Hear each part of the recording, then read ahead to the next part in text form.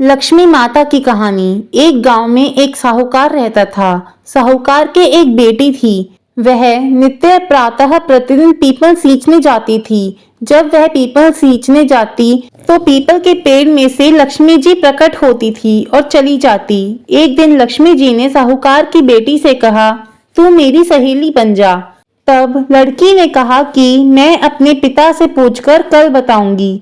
साहूकार की बेटी ने घर जाकर अपने पिता को सारी बात कह दी। तब उसके पिताजी बोले, वह तो साक्षात महालक्ष्मी है, अपने को और क्या चाहिए।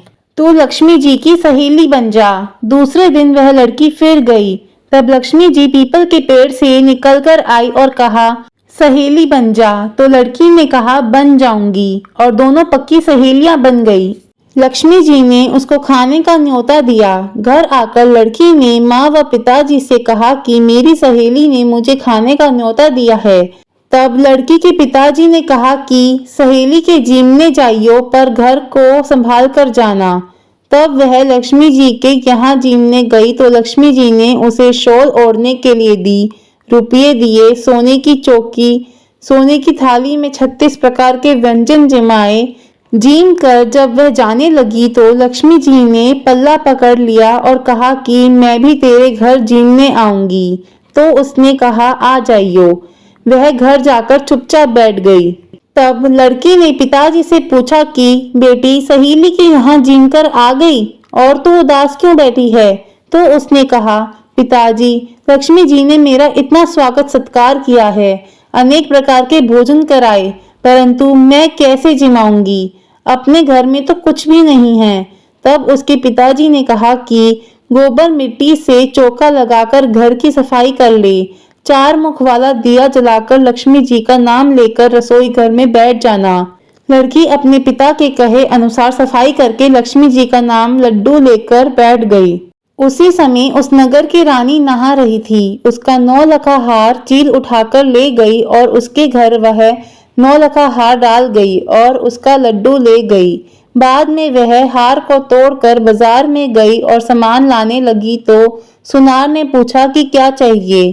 तब उसने कहा कि सोने की चौकी, सोने का थाल, शाल, दुशाला दे दें, मोहरे दें और सामग्री दें, 36 प्रकार का भोजन हो जाए, इतना सामान दें। सारी चीजें लेकर बहुत प्यारी करी और रसोई बनाई। तब गणेश जी से कहा कि लक्ष्मी जी को बुलाओ। आगे आगे गणेश जी और पीछे पीछे लक्ष्मी जी आई।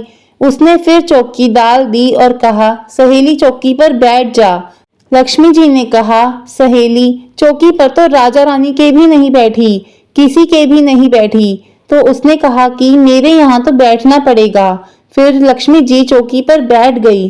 तब उसने बहुत खातिर की, जैसे लक्ष्मी ने करी थी वैसे ही उसने करी। लक्ष्मी जी उस पर खुश हो गई। घर में खूब रुपया एवं लक्ष्मी हो गई। साहूकार की बेटी ने कहा, मैं अभी आ रही हूँ, तुम यहीं बैठी रहना, और वह चली गई।